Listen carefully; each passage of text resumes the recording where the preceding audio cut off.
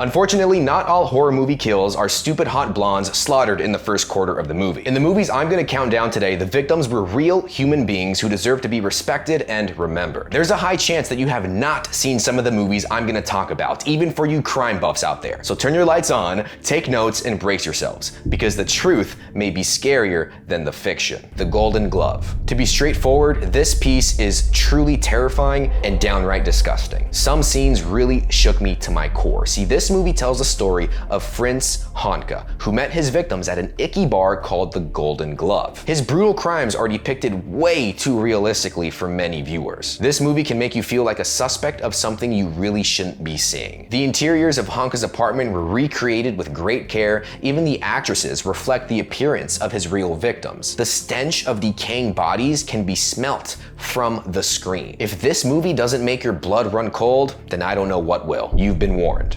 Henry, Portrait of a Serial Killer. This is one of the most disturbing movies on this list. Dating from 1986, Henry, Portrait of a Serial Killer, directed by John McNaughton, has appeared on several lists for the cruelest and darkest productions in history. It outraged many people with his uncensored version and even disgusted some. Henry, Portrait of a Serial Killer is one of the most naturalistic paintings about brutal defiance. This film deserves to be seen. This film is not a dry description of subsequent murders, but an attempt to enter the killer's psyche, as well as to show him as a human being. The filmmakers did their best to present Harry's fate in a realistic atmosphere. It is mainly because of this suggestive mood that the viewer feels uncomfortable throughout the entire screening. Monster. Eileen Wuornos. The description of the earliest moments of her life already sound like a vile and atrocious story. After years of experiencing abuse, yeah, this old guy used to rape me when I was 8. Real good friend of my dad's, you know? So I go to my dad, tell him what's going on. My dad don't fucking believe me, so his friend keeps raping me for years. She became an abuser herself and went on a killing spree. Monster is a psychological portrait of a woman pushed to the margins of society. Raped for the first time as an 8-year-old, prostituting from the age of 13,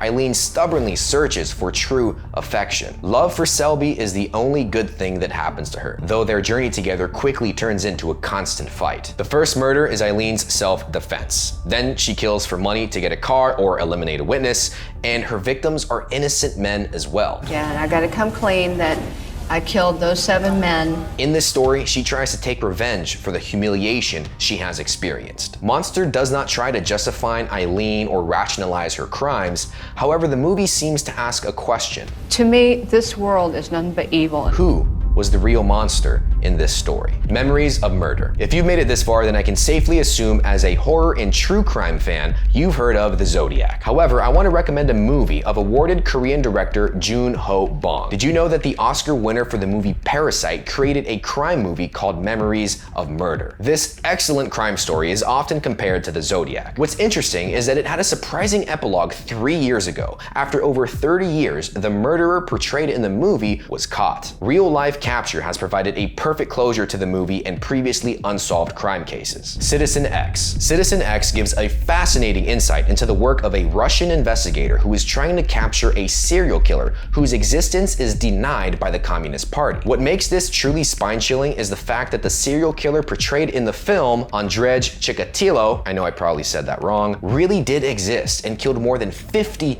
people in a 12-year span. Yeah, you heard that right. The communist doctrine that serial killers are only a symptom of America's decaying culture and that Soviet Russia is happy to be serial killer free actually enabled this monster to act. I'm not even gonna begin to describe what he did to his victims. You're free to look it up for yourself. American Crime. The Girl Next Door from 2007 was a fictional film only inspired by these next inhumane events, but not actually having much to do with them, except for the fact of torturing a teenager in the basement. The production is different from the real story. On the contrary, American Crime was genuinely inspired by the real story of Sylvia Likens and the documents from court hearings. The punishments she received by the perpetrators really happened. Therefore, if you're willing to familiarize yourself with what really happened behind the walls of the Baniszewski house, I recommend American Crime. Nevertheless, I warn you that the story is truly devastating. It's a story of two girls, Sylvia and Jenny Likens, whose parents travel the country, and in order to provide their daughters with permanent accommodation,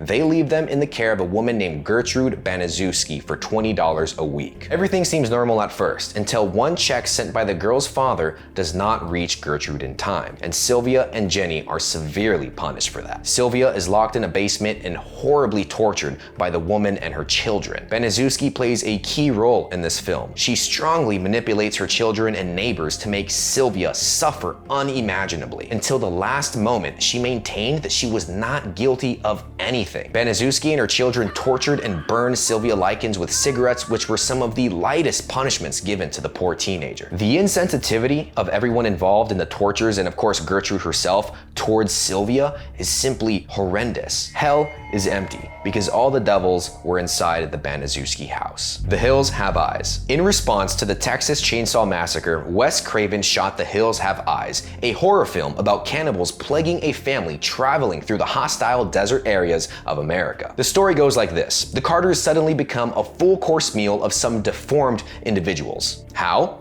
An award for the worst one-star guide goes to old Carter, who makes his family veer off the main road exactly against the given warnings from the station. You folks stay on the main road now. Did you know that the events which inspired this story supposedly happened in Scotland? The mysterious history of a medieval cannibal family has become one of Scotland's darkest legends. Alexander Sawney Bean, his wife Agnes Douglas, and their children and many grandchildren born of incestuous relationships killed and devoured about 1,000 people over the 25 years of their murderous activity. Casual travelers who wandered near their cave became Sawney family's meal. Even the youngest children took part in hunting people and in the bloody feasts, and they used the leftovers of the human remains to stockpile them for the winter. Only the intervention of the King of Scotland himself, James I, put an end to the cruel activities of the Scottish cannibal family, if the legend is true, of course. If you found value in this video, make sure to hit that subscribe button for more true crime and horror related content, and I will see you in our next case.